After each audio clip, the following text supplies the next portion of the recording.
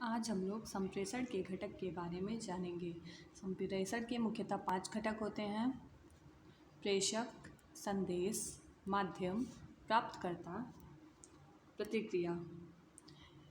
इसका छठवां ये भी है कि फीडबैक या प्रतिपुष्टि, किंतु इनको ये 5 चरणों के अंतर्गत नहीं लिया जाता है।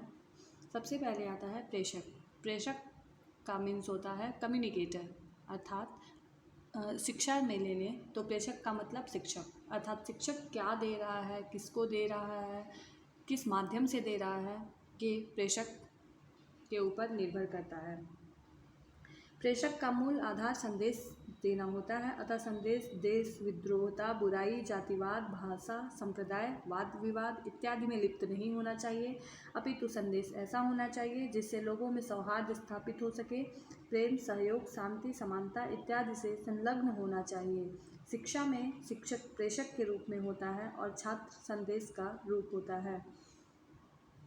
दूसरा है संदेश। शिक्षक किस प्रकार का संदेश ज़्यादा उग्रवादी तो नहीं हो, संदेश किसी भी प्रकार की बुराई को फैलाने वाला ना हो, इत्यादि को ध्यान में रखते हुए ही एक शिक्षक को संदेश भेजना चाहिए, क्योंकि ये संदेश का प्रभाव कहीं ना कहीं प्राप्त करता है, यानी कि विद्यार्थी के ऊपर ज़रूर पड़ेगा। अब संदेश किस माध्यम से जा रहा है, इसका विशेष ध्यान रखना चाहिए, क्योंकि प्रेषक और प्राप्तकर्ता के बीच के माध्यम अगर सही प्रकार से नहीं होगा तो ये संदेश प्राप्तकर्ता तक नहीं पहुंच पाएगा और उनमें रुकावट पैदा हो जाएगी। अतः माध्यम का उपयुक्त होना अति आवश्यक है। प्रेषक के द्वारा संदेश को माध्यम के द्वारा भेज दिया गया, अतः प्राप्तकर्ता अब उस संदेश को रीड करता है। रीड करने के पश्चात वह या तो उस पर फीडबैक यानी प्रतिपुष्टि करता है या फिर वो प्रतिक्रिया रिस्पॉन्स करता है।